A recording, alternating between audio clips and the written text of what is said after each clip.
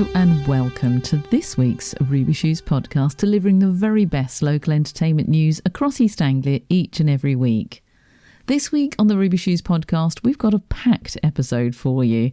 It must be the sun, it's brought out all of the shows. We've been out to see the final preparations of Thorington Amphitheatre as they get ready for a very busy summer season. Author Nicola Upson chats to us about next month's Felixstowe Book Festival.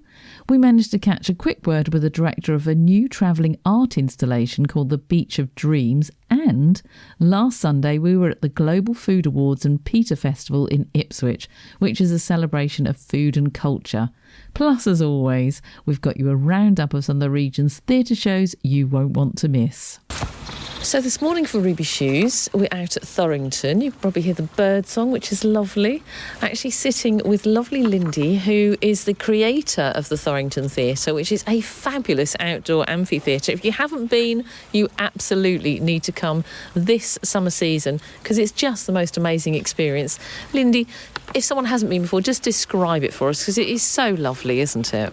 It's set in the woods and you're so completely surrounded by trees in this. It was a bomb crater. It now has wooden seating, which all the wood is sustainably coppiced from the surrounding area, and it makes the most intimate space.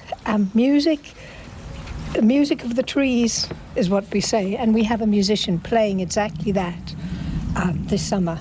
It's just gorgeous. The whole thing is such a lovely setting because you arrive and you park and you've got the beautiful Suffolk countryside. You can take a picnic and you can sit and watch the sun go down and look across the fields and have your picnic, and then you saunter through into like an enchanted woodland. There's even a bar there, a ticket office. It's fabulous. And then this great big, wooden theatre. I would say, I've just got a little wasp on me. I'm just going to get rid of him. Go away, little wasp. There we go. You can see we're outside. Yes. I would say, because where you're sitting, you just take a little seat pad with you, make it even more comfortable. What I love is it's dog friendly. Yes. When we've come before, we've taken Ruby, who we call Producer Ruby, our four-legged furry producer for the Ruby Shoes podcast. No, well-behaved dogs always welcome. Honestly, it was wonderful. And it's just magical. And that's before you even get to see the fabulous entertainment that you've got on the stage. Yes. There once was Dr. Dolittle, a children's show, and there were lots of dogs and families. And every time the monkeys came out, going, woo, woo, woo, woo, this one dog just started barking. It was a chocolate lab. And so people started to expect this. And every time the monkeys came out, the dog barked, and it became part of the show. It was just wonderful. We had the same experience. So we came and we watched... now it's gone out of my head, you see, my age. It's gone out of my head. What we watched, basically, there was two actors on the stage at the time, and they were having a sword fight, and Ruby had been absolutely fine all the way through, and then suddenly she saw these men arguing and fighting. Well, that was it. She started to growl and she started to bark, and everybody laughed because she was basically being protective. So it kind of made it, part of the thing. Part of the show. Yeah, and then as soon as they stopped, she was fine again. She's like, "Thank you. Yeah. Now you're behaving. I'll stop barking at you." But it seriously is a lovely, lovely venue, and you've worked so hard, you and your husband, to create it.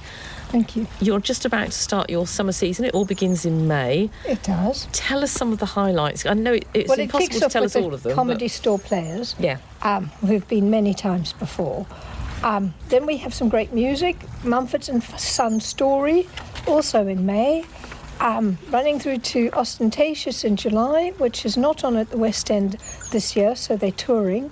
We have two great operas, Così fan tutti and Elixir d'Amore by Donizetti. We have poetry by the local lovely Luke Wright. Sea shanties, this is called Starboard Home, by the Silver Darlings, who are an all-female a cappella shanty group from Southend and Essex. Marvellous ladies. Another local story is Salt, which is East Anglian legend, fishing stories, and they weave the two together with dance and song. That sounds very interesting. One of the best-selling shows is called Explosion, which is a Motown band, and it's in August, and the tickets are the most expensive, but they're just storming away. Yeah, I bet. because once So people you have can come, never tell. they want to come again. And you have such a variety. You've Yes. perfectly emphasised the variety of shows that you have here. Oh, thank you. So it's so good. And you're basically in charge of pulling all these people in, aren't you? Yes, yes. Kiddies Road, Teddy Bear's Picnic, which is for under fives. There's sort of quite a bit of Jane Austen, as it's 250 years since her birth. We have Sense and Sensibility, the musical, which, having seen the clips, is just wonderful. We also have traditional Pride and Prejudice, just because it's Jane Austen's anniversary. But there's lots for everyone. Is there ever a time when you get to relax? My final question to you, because all the way through the winter you're trying to pull all these acts together and the brochure and everything, and then suddenly you have to fling open your doors and welcome the general public. When do you get some time off? I love it. And it's such a rewarding doing it, the enjoyment you see the people getting. So it never feels like hard work or needing time off. Even next weekend there's filming in the theatre, a sort of fantasy girl called Wren who gets inhabited by spirits of the wolves and the trees, and I just can't wait to see it. Oh, amazing. So people will use this as a film base as well? Oh, yes. Yeah, I'm not surprised. This is the sort of start of it. But no, it's a wonderful company from Cambridge that are coming to do it, so... Lovely. Oh, well, we'll look forward to that as well. Yes. Well, they're just doing the filming. You can watch the film online. Yes. Yeah, Exactly. yeah. We'll look forward to when the film comes out, Yes. probably in 2 years' time. These Yes. things take a while. Lindy, it's always a pleasure to talk to you. Thank you so much. Really appreciate it for the Ruby Shoes podcast. No, Steph, thank you. Marvellous to see you. Nicola Upson is a novelist known for a series of crime novels which feature Josephine Tay as the heroine and detective. Nicola's going to be back at this year's Felixstowe Book Festival for not just one but three very different events. The first is in conversation with Reverend Richard Coles.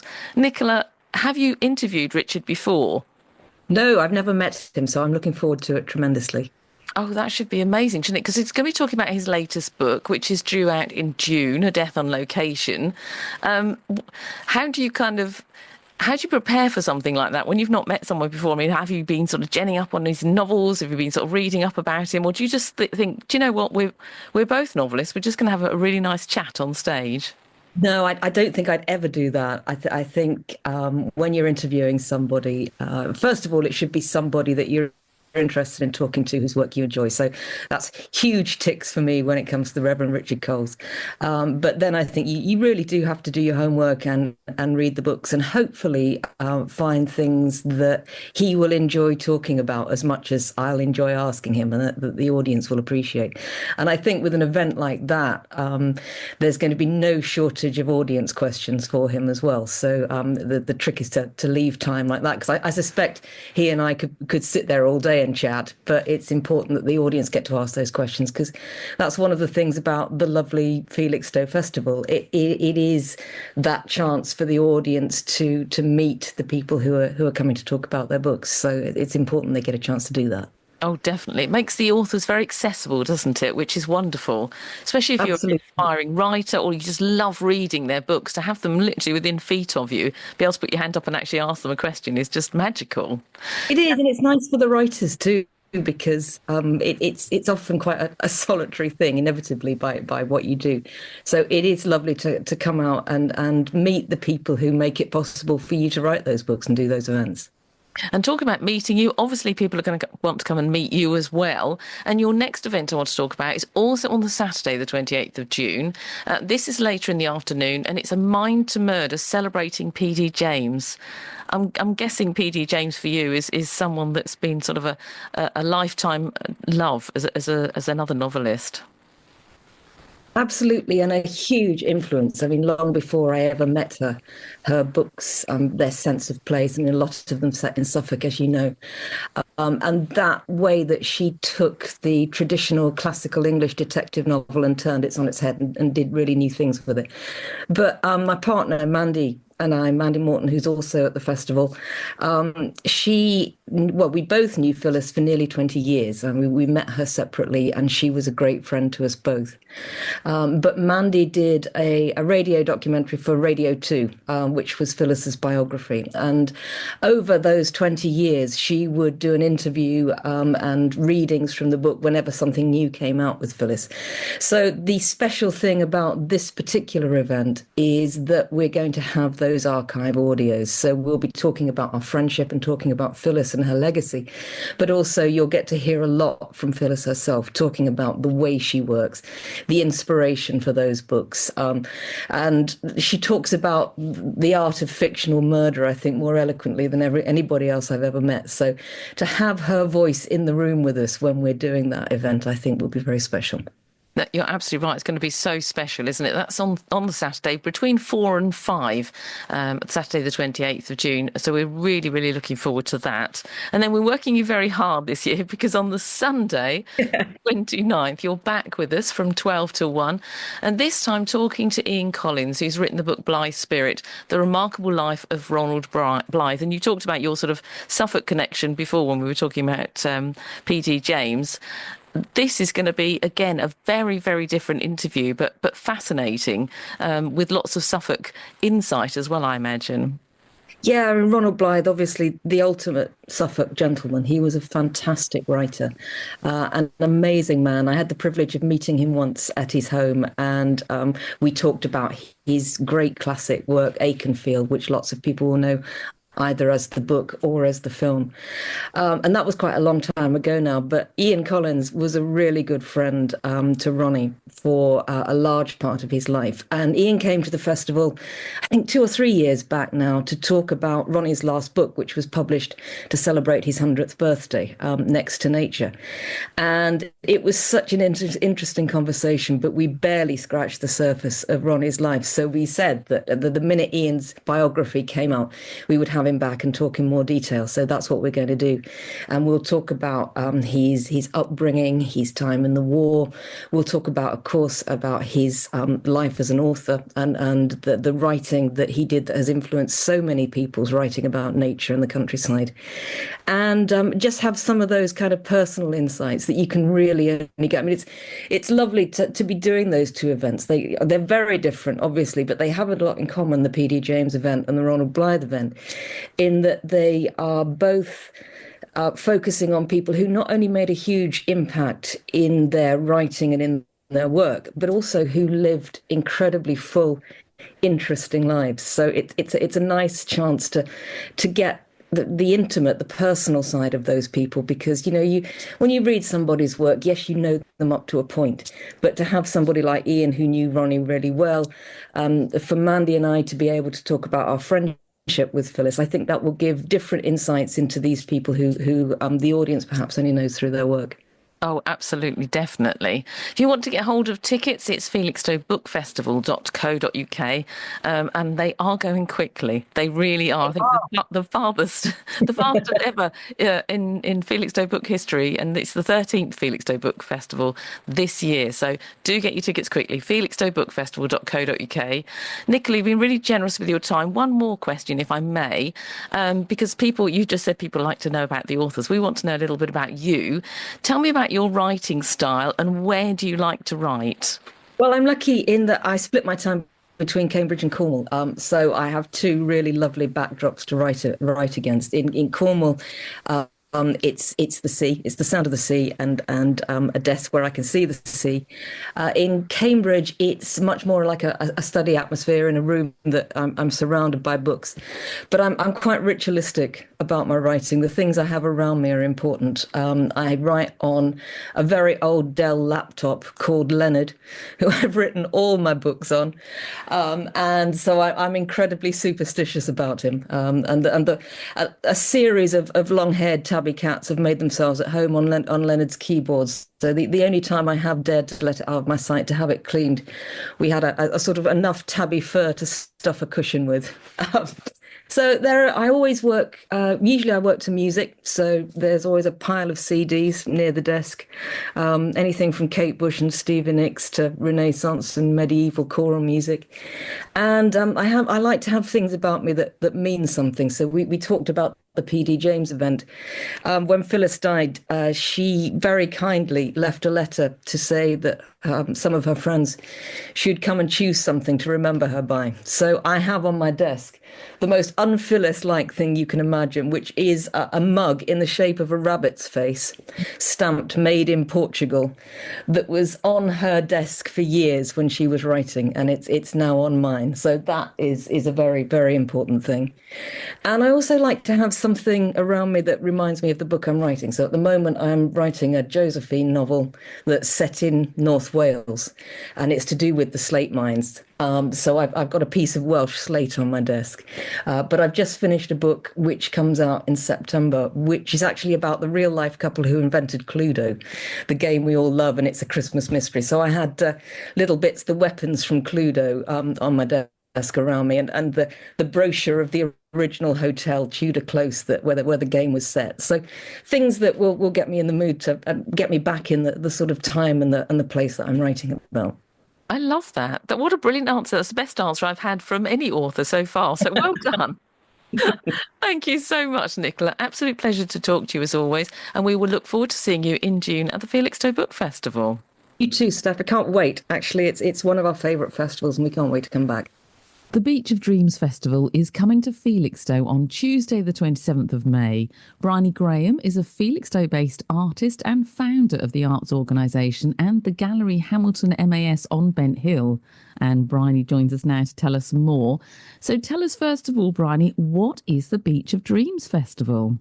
Well, the Beach of Dreams Festival, we're just a small part of a UK-wide National Coastal Arts Festival, which has been organised and developed by the most amazing team from an organisation called Kinetica, where design moves people and brings the whole of the country, the whole of the coastline together to celebrate the heritage, the culture of our coastlines, and also to bring together creative thinking about our future and the future of our wonderful coastlines in light of the climate emergency. It's also about bringing people together and connecting us with hope and joy. And I call it kind of artivism, the belief, I think sometimes the world seems pretty grim, and yet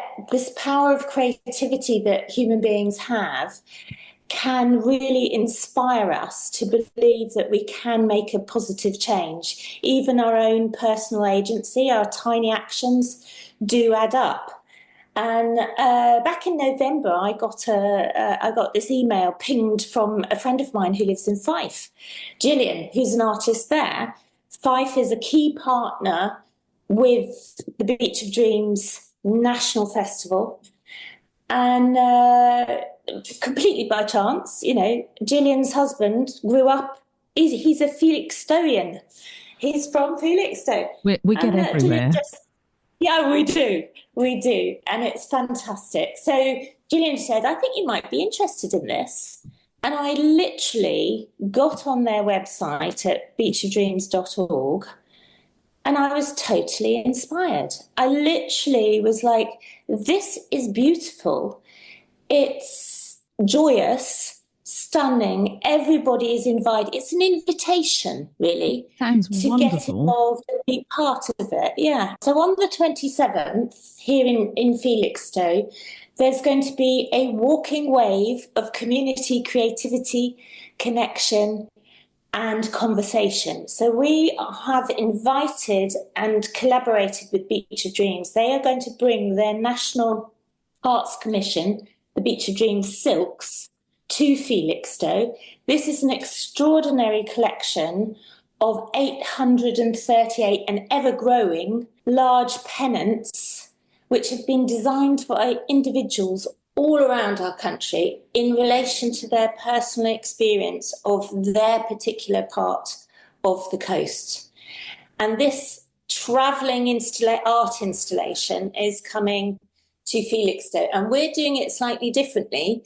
It's going to be appearing at different locations along our coast, from Brackenbury Spit, just by the dip, all the way moving throughout the day. So we start out there at 11 a.m. in the morning, and it will be a visual feast that I think will really stir our imaginations, our intellect, and our emotions, which is what great art does, I think. And so it starts at Brackenbury. Where else can we see it? Because I can't wait. It sounds beautiful. And so then it's going to Cobbold Point, Bent Hill, moving along around Beach Street, Martello Park, going through our nature reserve. And at the end of the day, we will be at Langard Trust, and we will be gathering on the beach opposite Harwich, by the fort and our wonderful museum. We will have a full installation of as many of these flags as possible, because there'll be a rolling wave throughout the day. And I can't tell you just yet, but there's something special that is also going to happen. And then the whole day finishes at 7 p.m. So it's an invitation to come and find us along the route. It's not an organised route. It's an encounter with the creativity. And also throughout the day, different artists will be doing different activities on areas of the beach. Do you need volunteers locally to help? Yes. So if anybody is free on Tuesday the 27th and have been inspired by this idea, people can contact us at Hamilton Mass. You can find us on socials. It's Hamilton Mass, which stands for Micro Art Space. So we are tiny. So if we can amplify this and get people involved and come and help us, that would be wonderful. So I'm asking the people of Felixstowe and people beyond to get involved. So they can contact us at info@hamiltonmass.org.uk. Find us on socials, Facebook and Instagram. And you can also look up our event on the beachofdreams.org website and look for Take Part and events and look for Felixstowe, and you will find us there. It's been a pleasure to talk to you today for the Ruby Shoes podcast, and we'll look forward to seeing you all on the 27th, Tuesday the 27th, with your wonderful wave of art, with these wonderful silks, over 800 beautiful silks going to be travelling through Felixstowe and ending up down there at the fort. So we'll look forward to catching up with you at some point during the day. Thank you. Yes, find us. Now, last Sunday, we were invited along to host the Global Food Awards and Pita Festival in Ipswich at the Suffolk New College, and it's all organised by BSc Multicultural Services, who are a charity in Suffolk who help over 50 different types of nationalities. Amazing. So this is street food, this is traditional street food in Pakistan? Yes, it is traditional street food in Pakistan. The pani puri is very, very, very... We start golgappa, and we have a pot, which is called the bhutta in Pakistan, and basically the Pakistani national dish is nihari. I'm selling nihari as well. So tell me what nihari is. Nihari is the beef, which is slow cooked in a stew, and then you can enjoy with the bread and I'm Rona Painshiri. And Rona, whereabouts are you from? I'm originally from Afghanistan. I'm born in Afghanistan but grew up in Denmark. Yeah, Now I'm fantastic. living in Ipswich. Well, this is all about multiculturalism, that's exactly what it is. So tell me what you're doing here today at the Pita Festival. Coming to help my ladies. I brought them here to experience this event because they have goals for the future, like selling food. Yeah. So with them. So to give them an idea of what's available here in Ipswich, because there's a lot, isn't there? There's a lot of help and support for people, isn't there, from all different nationalities. Yes, and they come from Afghanistan, from Prussia, and they want to show their skills. And Ipswich is their home now. Oh, that's So wonderful. I want them to go out and show their skills. Yeah. Sometimes the language barrier make them not comfortable to go and be involved with project or event like this. But today it's amazing. Yeah. It's amazing. And what is the feedback as well? I mean, I think this is such a welcoming atmosphere here at the Pita Festival. How have they found it so far? I think they are very happy. So, final question, tell me what they are actually selling. What are their wares today? The first stalls you see, Sadaf is selling bulani, which is stuffed flatbread. It's very traditional street food in Afghanistan, so it's easy to sell them. Yeah. It's vegan, it's all vegan. They have spinach, potato and pumpkin. And they sell it with yogurt, homemade yogurt and chutney. The chutney is not too spicy like Indian or Pakistani food. It's medium spice. And gulanda. beautiful lady who's sitting on the other side. She's selling palau, kabuli palau, which is very traditional Afghan food. It's rice, meat, and salad, and we decorate it with raisin and carrot. So please try that. So glad we came here. I brought my 6-month-old child, who herself is half Persian, quarter Irish, quarter English. And I think it's important from the beginning of life, just like I said, to make sure we understand all of our cultures and communities and how we can live the very opposite of what we've heard recently. I would say it's an island of love. And I think if you come down here, you can see people just chilling out and laughing and eating food from every different culture. And we'd be very foolish to think that isn't what we believe here in Ipswich as well. So now with Liz Harton, and Liz, you're coming to the end of your term. Just remind us what it is that you've been doing for the last year. I've been chairman of Suffolk County Council since May last year, and I finish on Thursday. Sadly, because I've enjoyed it so much, I don't really want to go. I bet. And we're sitting here waiting for the judging to start for this Global Food Awards and Pita Festival. So you were just explaining about all the judges around the back. Well, here they come. So some of them are councillors, some of them are dignitaries from around Suffolk, some are from the Bangladeshi community. And literally in front of us there is a huge table, and it's a banquet of colours and different tastes and from different countries. How on earth they're going to judge this, I do not know. It's going to be very difficult, isn't it? Actually, we've got paper plates, so I think that's what they're going to do. I think they're now tucking in. I better get some pictures before they do, because it's so pretty. Liz, lovely to talk to you as ever. And enjoy the rest of the day. Now, the Pita Festival and the Global Food Awards is all organised by BSE Multicultural Services, which is a charity based in Ipswich. So don't forget to put into your diaries the very big main event for BSE Multicultural Services. That's the One Big Multicultural Festival in Ipswich. It's going to be held on Sunday, the 31st of August in Alexandra Park, and it's a free event for the whole family.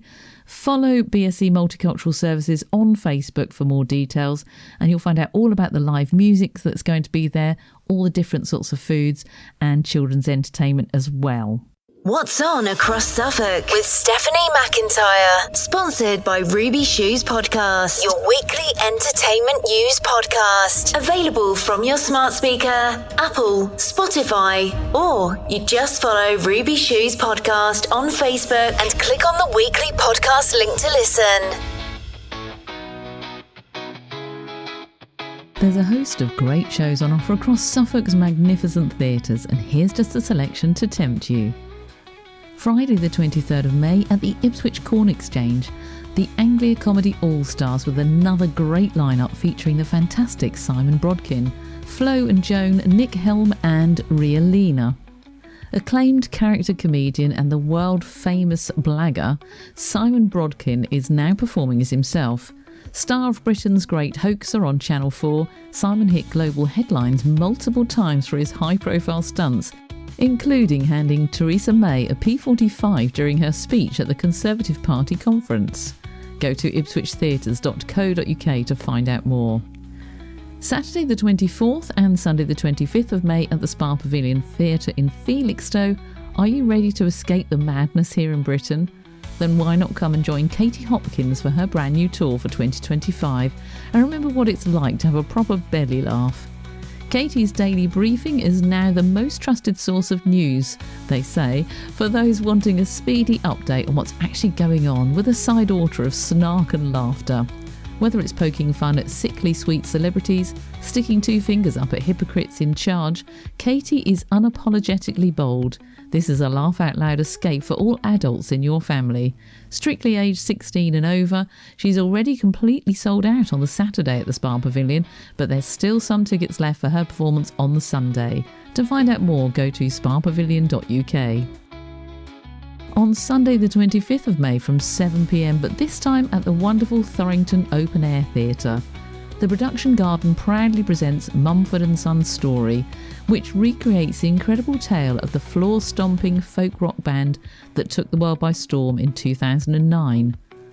4 musicians come together in tweed waistcoats, skinny jeans and bushy beards to celebrate the best of Mumford & Sons' iconic music and their explosive rise to fame. Don't forget to arrive early and bring a picnic, and dogs are welcome too.